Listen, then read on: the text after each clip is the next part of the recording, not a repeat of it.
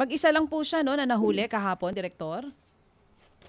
May driver siya, Pilipino, but the driver sa initial tactical interrogation namin ay inupahan yung kanyang kotse, 'di ba? Yung mga ano natin, mga parang Grab ganun. Oo. Inupahan ng kotse, Oo. 5 days na siyang inupahan at ganun nga ang gawa na nagulat siya, in-install yun sa likod ng kanyang kotse at nag-iikot sila, 8,000 a day ang bayad sa kanya. Ba?